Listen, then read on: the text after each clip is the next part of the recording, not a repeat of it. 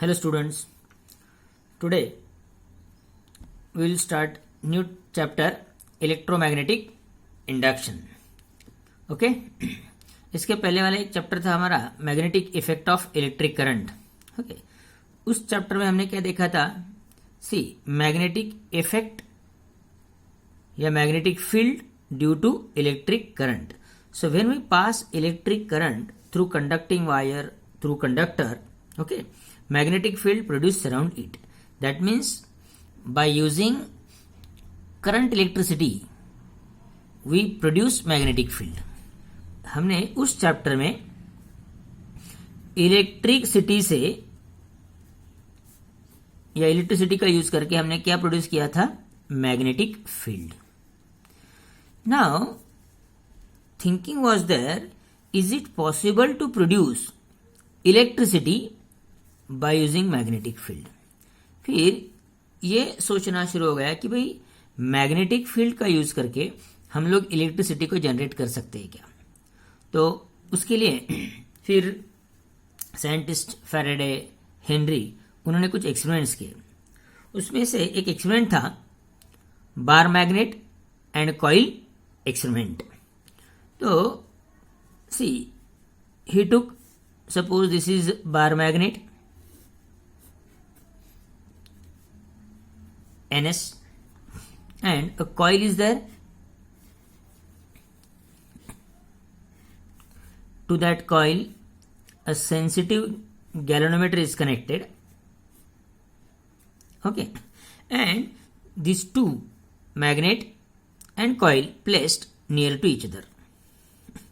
Now initially see what happens, as the magnet is close to the coil, so magnetic field is produced surround this magnet. भाई इस magnet की वजह से जो magnetic field तैयार हुआ था उसके इन्फ्लुएंस में ये कॉइल थी. So this coil is under the influence of magnetic field. तो उन्होंने देखा भाई इस मैग्नेटिक फील्ड की वजह से जो ये मैग्नेट की वजह से तैयार हुआ है, उस मैग्नेटिक फील्ड की वजह से इलेक्ट्रिसिटी जनरेट होती है क्या. तो you observe that as he place, you can say the strong magnet near the coil, is there any deflection in galvanometer. Galvanometer shows no deflection. Galvanometer में डिफ्लेक्शन नहीं दिखा है. That means electricity cannot generated. Now see as he bring this magnet close to this coil, जैसे कि ये समझो magnet है, इस magnet को उन्होंने ऐसे शिफ्ट किया towards, you can say coil. जैसे शिफ्ट किया, he observe that there is a sudden, you can say deflection shown by galvanometer. वैसे पीछे किया, फिर से उन्होंने ऑब्जर्व किया कि भाई गैल्वेनोमीटर क्या दिखा रहा है, डिफ्लेक्शन दिखा रहा है. गैल्वेनोमीटर डिफ्लेक्शन दिखा रहा है, इसका मतलब उसमें से करंट पास हो रहा है, because galvanometer is used to detect the electric current, we know, correct. तो अगर ये मैग्नेट आगे पीछे करते हैं तो गैल्वेनोमीटर ने क्या दिखाना शुरू कर दिया, डिफ्लेक्शन दिखाना शुरू कर दिया. ये एक ऑब्जर्वेशन है, ओके. और उन्होंने क्या किया, फिर मैग्नेट को वैसे के वैसे रखा और कॉइल को आगे पीछे किया. कॉइल को आगे पीछे किया, फिर उसी वक्त गैल्वेनोमीटर फिर से क्या दिखाना शुरू कर दिया, डिफ्लेक्शन दिखाना शुरू कर दिया. तो ये एक ऑब्जर्वेशन है. इस ऑब्जर्वेशन से हमें एक पहला लॉ मिलता है. वो क्या मिलता है वो देखेंगे. ये होगा पहला ऑब्जर्वेशन, ओके. क्या ऑब्जर्वेशन मिला कि भाई मैग्नेट जब स्टेशनरी था, मोशन में नहीं था, उस वक्त गैल्वेनोमीटर कुछ डिफ्लेक्शन नहीं दिखाता है. लेकिन either magnet or coil is in motion either forward or in backward direction, okay, at that time galvanometer shows deflection. ये एक ऑब्जर्वेशन हमने ऑब्जर्व किया और इस ऑब्जर्वेशन का यूज करके हम लोग पहला लॉ तैयार करेंगे. That law is term as A Faraday's law of electromagnetic induction, correct. फिर दूसरा ऑब्जर्वेशन उन्होंने क्या किया ना, दूसरा ऑब्जर्वेशन उन्होंने किया कि भाई ये जो मैग्नेट आगे पीछे करने का जो स्पीड है वो उन्होंने बढ़ाया. जैसे कि पहले समझो आहिस्ता आहिस्ता कर रहे थे ऐसे, ओके, उस वक्त गैल्वेनोमीटर जो डिफ्लेक्शन दिखा रहा था वो ऑब्जर्व किया, बाद में स्पीडली आगे पीछे किया इसे। ओके, तो ये observe that yes galvanometer shows more deflection, galvanometer shows more deflection. इसका मतलब कि भाई अगर इसका स्पीड बढ़ाते हैं मैग्नेट का, आगे पीछे करने का या कॉइल का, उस वक्त जो डिफ्लेक्शन मिला वो डिफ्लेक्शन क्या मिला, ज्यादा मिला, मतलब उस वक्त ज्यादा करंट फ्लो हो रहा था। करेक्ट। तो ये दो जो ऑब्जर्वेशंस है, ये दो ऑब्जर्वेशन से जो हमें दो रिजल्ट मिलते हैं, that results terms nothing but you can say Faraday's laws of electromagnetic induction. पहला लॉ क्या है वो देखो।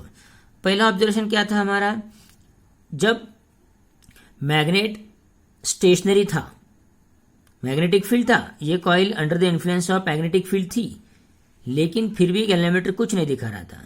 लेकिन जैसे ही हमने या तो कॉइल को या तो मैग्नेट को आगे पीछे करना शुरू कर दिया, उस वक्त गैल्वेनोमीटर ने हमें डिफ्लेक्शन दिखाया, मतलब उस वक्त इलेक्ट्रिसिटी जनरेट हो गई या इलेक्ट्रिक करंट पास हो रहा था। सो ये इंडिकेट करता है कि भाई मैग्नेटिक फील्ड कितना भी स्ट्रांग हो, अगर वो स्टेशनरी है, चेंज नहीं हो रहा है, उस वक्त इलेक्ट्रिसिटी जनरेट नहीं होती। लेकिन ये हम लोग जब आगे पीछे करते हैं तो जो मैग्नेटिक फ्लक्स इस कॉइल के साथ जुड़ा हुआ होता है, लिंक होता है, वो चेंज होता है। वो क्या होता है, चेंज होता है। Magnetic lines of forces get cut, that is term as a change in magnetic flux. उसको हम लोग क्या बोलते हैं, मैग्नेटिक फ्लक्स चेंज हो रहा है।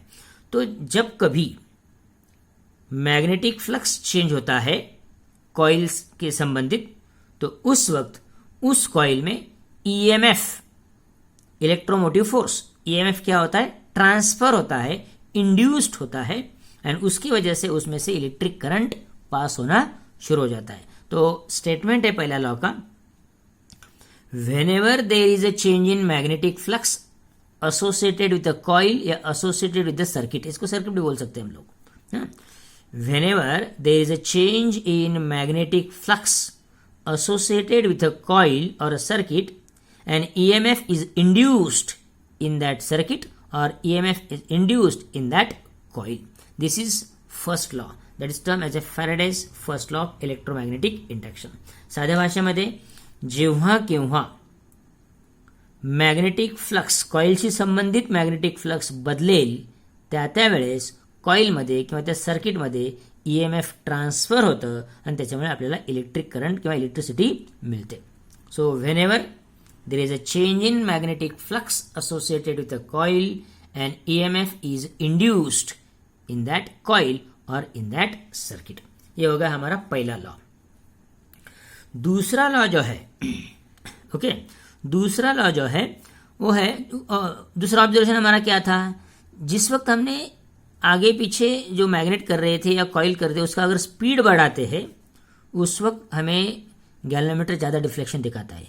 इसका मतलब जो ईएमएफ इंड्यूस्ड होता है, जो करंट ट्रांसफर होता है, जो करंट इसमें से फ्लो होता है, उसका जो वैल्यू है, उसका जो मैग्नीट्यूड है, हाँ, वो किसके ऊपर डिपेंड है, मैग्नेटिक फ्लक्स कितना स्पीड से चेंज होता है उसके ऊपर डिपेंड होता है. So the magnitude of induced EMF in that circuit or in that coil is directly proportional to rate of change of magnetic flux. Okay, तो अभी मैथमेटिकली अगर हमें इसको दिखाना है तो ईएमएफ को हम लोग ई, इसका यूनिट है वोल्टेज, ओके, और फ्लक्स का सिंबल होता है मैग्नेटिक फ्लक्स का फाई. ये क्या है, मैग्नेटिक फ्लक्स का सिंबल है. Rate of change of flux मतलब D phi by D T with respect to time. Change in magnetic flux with respect to time, that is called rate of change of magnetic flux, D phi by D T. Correct. तो second statement क्या है, the magnitude of induced EMF is directly proportional to rate of change of magnetic flux associated with that circuit or associated with that coil. That is second law and that is termed as Faraday's second law, okay, of electromagnetic induction. तो हमने दो lodge देखे. पहला law क्या है, whenever there is a change in magnetic flux associated with a coil या linked with a coil, EMF is induced in that coil या तो circuit चलता है. दूसरा क्या है? The magnitude of induced EMF is directly proportional to rate of change of magnetic flux linked with it or associated with it. याचा अर्थ साध्या भाषेमध्ये ईएमएफचं मॅग्निट्यूड हे कोणाला प्रपोर्शनल आहे? तर मॅग्नेटिक फ्लक्स किती प्रमाणात किती स्पीडली बदलतं ते. जर ते स्पीडली बदलत असेल, कमी वेळेत जास्त बदलत असेल, म्हणजे याचा अर्थ या मॅग्नेटचा पुढे मागे होण्याचा स्पीड जर जास्त असेल तर त्यावेळेस ईएमएफ काय होतं? जास्त प्रमाणात इंड्युस्ड होतं किंवा ट्रान्सफर होतं. There is no direct contact. मध्ये गॅप आहे. There is no direct contact. म्हणून याला म्हटलं तर इंडक्शन शब्द काय वापरला जातो? इंडक्शन. म्हणजे चॅप्टरचं नाव काय आपल्या? Electromagnetic induction. म्हणजे इथे आपण इलेक्ट्रिसिटी आणि मॅग्नेटिक फील्ड यांचं कॉम्बिनेशन करतो. म्हणजे आपण इथे काय करतोय? By using magnetic field we produce electricity by the process of induction. म्हणजे चॅप्टरचं नाव आहे इलेक्ट्रोमॅग्नेटिक इंडक्शन. याचं जो वर्किंग केलं कोणी केलं? फॅरेडे साहेबांनी आणि हेनरी साहेबांनी. आणि म्हणून दोन लॉज जे पुटअप केले गेले ते दोन लॉज आहेत Faraday's laws of electromagnetic induction, जे आपण आता बघितले दोन. पहिल्या याच्यावरून आपल्याला काय कळतं की ईएमएफ कॉइलमध्ये किंवा सर्किटमध्ये केव्हा ट्रान्सफर होतं किंवा इंड्युस्ड होतं केव्हा. आणि दुसरा लॉ आपल्याला काय येतो? किती ईएमएफ किती प्रमाणात इंड्युस्ड होतं किंवा ट्रान्सफर होतं, कशावर डिपेंड असतं, तो दुसरा लॉ आपल्याला प्रोव्हाइड करतो. बरोबर. Now one more law is that. तो लॉ जो आहे तो लेन्झ साहेबांनी पुटअप केला. कुठल्या साहेबांनी पुटअप केला? लेन्झ लॉ म्हणतात त्याला.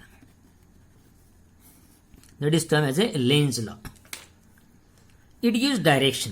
ते आपल्याला काय प्रोव्हाइड करतं? डायरेक्शन. इंड्युस्ड ईएमएफ किंवा इंड्युस्ड करंट जे तयार होतं, फ्लो होतं, त्याची डायरेक्शन द्यायचं काम कोण करतं? आपल्याला लेन्झ लॉ. म्हणजे पहिला लॉ आपल्याला कॉज देतो. कॉज कशामुळे ईएमएफ इंड्युस्ड होतं. दुसरा लॉ आपल्याला एक प्रकारे मॅग्निट्यूड देतो, किती प्रमाणात. आणि थर्ड लॉ जो आहे लेन्झ साहेबांचा लॉ आहे तो आपल्याला काय प्रोव्हाइड करतो? डायरेक्शन. बघा त्याचं स्टेटमेंट काय आहे लेन्झ लॉचं. The direction of induced EMF म्हणजे इंड्युस्ड करंट. कारण इंड्युस्ड ईएमएफ म्हणजे काय? Electromotive force. म्हणजे याचा अर्थ काय? तिथे एक प्रकारचा पोटेन्शियल डिफरन्स तयार झालेला असतो. त्याच्यामुळे करंट काय होतं? फ्लो होतं. आणि त्या करंटला म्हटलं तर इंड्युस्ड करंट. कारण हे काय आहे? Induced EMF. बघा, the direction of induced EMF is such that it opposes the change in magnetic flux which produces it. बघा समजून घ्या. म्हणजे लेन्झ लॉ आपल्याला काय सांगतं? तर जे ईएमएफ इंड्युस्ड होतं, ट्रान्सफर होतं, त्याच्यामुळे जे इंड्युस्ड करंट तयार होतं त्याची डायरेक्शन कशी असते? तर त्याची डायरेक्शन अशी असते की ते ज्या चेंज इन मॅग्नेटिक फ्लक्समुळे तयार झालं त्यालाच ते अपोज करतं. त्यालाच ते काय करतं? अपोज करतं. बघा, the direction of induced EMF that of induced current is such that it opposes the change in magnetic flux. कोणतं? Which produces it. Which produces it. जे मॅग्नेटिक ज्या चेंज इन मॅग्नेटिक फ्लक्समुळे तो इंड्युस्ड ईएमएफ किंवा induced current तयार होतं ते कोणाला अपोज करतं? ज्याच्यामुळे तयार झालं त्यालाच ते काय करतं? अपोज करतं. आणि म्हणून E is equal to minus D phi by D T. Constant जर आपण 1 कन्सिडर केला तर E is equal to minus D phi by D T. हे निगेटिव्ह साईन जे आहे ते कुठनं आलेले आहेत? लेन्झ लॉवरनं, विच गिव्स डायरेक्शन. म्हणजे हे जे ईएमएफ इंड्युस्ड होतं हे ह्या चेंज इन मॅग्नेटिक फ्लक्सलाच काय करतं? अपोज करतं. So this law is Lenz law. Correct. So this 3 laws are laws of electromagnetic induction. Actually पहिले 2 लॉ जे ते फॅरेडे साहेबांचे आहेत आणि तिसरा कोणाचा आहे? Lenz law. पहिला लॉ आपल्याला कॉज म्हणजे कारण देतं की ईएमएफ इंड्युस्ड का होतं किंवा केव्हा होतं. करेक्ट. दुसरं आपल्याला त्याची व्हॅल्यू म्हणजे मॅग्निट्यूड प्रोव्हाइड करतं. आणि तिसरं लॉ आपल्याला काय प्रोव्हाइड करतं? Direction. Okay. Next point.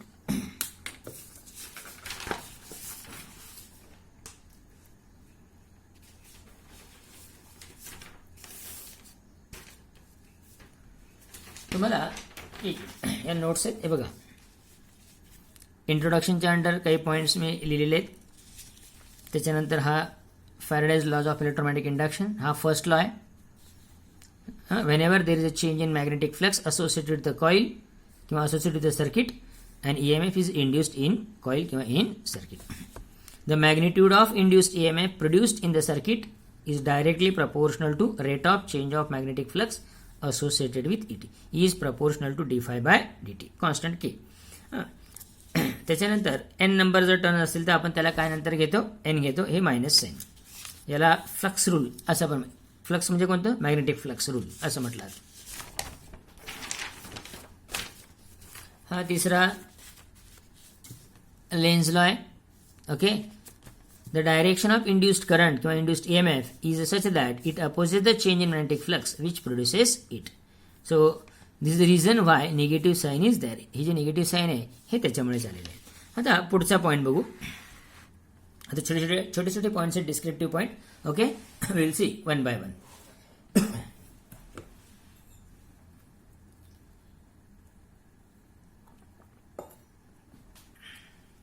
Now application of Lenz law सोपा आहे, पण यात आपल्याला काय बघायचं आहे. सी, लेन्झ लॉ काय इंडिकेट करतो आपल्याला, डायरेक्शन ऑफ इंड्युस्ड EMF किंवा इंड्युस्ड करंट. ओके. आणि काय स्टेटमेंट आहे त्याचं, it opposes the change in magnetic flux which produces it, असा शब्द वापरलाय की नाही आपण. आता ते ह्या एक्सपेरिमेंट थ्रू आपल्याला बघायचं काय ते. मी म्हटलंय बघा त्याच्यात, टू एक्सप्लेन दिस कन्सेप्ट, हा जो आपला कन्सेप्ट आहे, तो एक्सप्लेन दिस कन्सेप्ट सी अबो एक्सपेरिमेंट. त्याला म्हटलं तर motion of magnet near loop. हे बघा, हा मॅग्नेट आहे आणि एक लूप आहे, समजा करंट कॅरिंग लूप आपण म्हणूया. ओके ना, काय केलेलं आपण, N pole facing to the loop. N pole कुठल्या बाजूला आहे, लूपला फेसिंग केलेलं आहे. Okay. Now as we move this magnet forward and backward direction, समजा आपण त्याला पुढे आणूया, पुढे आणतोय की नाही. पुढे आणल्यावर काय होईल, magnetic flux associated with this coil get change. So EMF will induced in the circuit. As EMF induced in the circuit, induced current flow through it, and that induced current flow in this direction, that is called anti-clockwise direction. बघा कसं flow होतंय ते. जसंही magnet आपण पुढच्या बाजूला आणणार पुढे, त्यावेळेस मॅग्नेटिक फ्लक्स बदलेल या कॉइलशी संबंधित किंवा सर्किटशी संबंधित. मॅग्नेटिक फ्लक्स बदलल्यामुळे EMF इंड्युस्ड होईल या कॉइलमध्ये. EMF इंड्युस्ड झाल्यामुळे इंड्युस्ड करंट फ्लो होईल, आणि ते जे इंड्युस्ड करंट फ्लो होईल ते कसं फ्लो होईल, इन अँटी क्लॉकवाईज डायरेक्शन. आणि anti clockwise current direction flow व्हायला लागलं, मग आपण याच्या अगोदरच्या चॅप्टरमध्ये शिकलोय magnetic effect due to electric current. आणि मग ही काय झाली, करंट कॅरिंग कॉईल झाली की नाही. आणि मग करंट कॅरिंग कॉईलमुळे याच्याभोवती याचं मॅग्नेटिक फील्ड तयार होईल, आणि याचं जे मॅग्नेटिक फील्ड तयार होईल, ह्या कॉईलचा जो अप्पर फेस असेल, या अप्पर फेसला कोणता पोल जनरेट होईल, नॉर्थ पोल. आणि खालच्या पॉईंटला कुठला पोल जनरेट होईल, साऊथ पोल. मग होईल काय, north and north repel each other, आणि मग ही कॉईल ह्या मॅग्नेटला काय करेल, रिपेल करेल. काय करेल, रिपेल करेल. म्हणजेच काय, which opposes the change in magnetic flux which produces it. म्हणजे लेन्झ लॉ आपल्याला इथे प्रूव्ह होतो. लक्षात आलं का. हे बघा परत एकदा सांगतोय. Now this is magnet, this is coil. Now N pole facing towards coil. As we move this magnet towards the coil, हा एरो दाखवतोय बघा, टुवर्ड्स द कॉईल आपण शिफ्ट केला. जसे आपण शिफ्ट करतो म्हणजे काय होईल, याच्या भोवतीचं जे मॅग्नेटिक फील्ड आहे, मॅग्नेटच्या भोवतीचं मॅग्नेटिक फील्ड, त्याच्या इन्फ्लुएन्समध्ये ही कॉईल आहे. ते जे मॅग्नेटिक फील्ड असेल, ते मॅग्नेटिक फ्लक्स असेल, ते बदलेल. जसं पुढे मागे होईल की नाही. आता आपण फक्त पुढे करतोय, मागे करत नाही, पुढे करतोय. मग मॅग्नेटिक फ्लक्स बदलेल. त्या मॅग्नेटिक फ्लक्स बदलल्यामुळे ह्या कॉईलमध्ये EMF इंड्युस्ड होईल, त्यामुळे इंड्युस्ड करंट फ्लो होईल. आणि ते करंट कसं फ्लो होत आहे, अँटी क्लॉकवाईज डायरेक्शनने. कसं फ्लो होत आहे, अँटी क्लॉकवाईज डायरेक्शनने. आणि अँटी क्लॉकवाईज करंट डायरेक्शन जेव्हा फ्लो होईल कॉईलमध्ये, आता बघा रेफरन्स कसा असतो, मागच्या चॅप्टरमध्ये आपण काय शिकले, magnetic field due to electric current. आता इथे तात्पुरतं असं समजा की हा मॅग्नेट नाहीये, म्हणजे आता ही काय झाली, करंट कॅरिंग कॉईल झाली.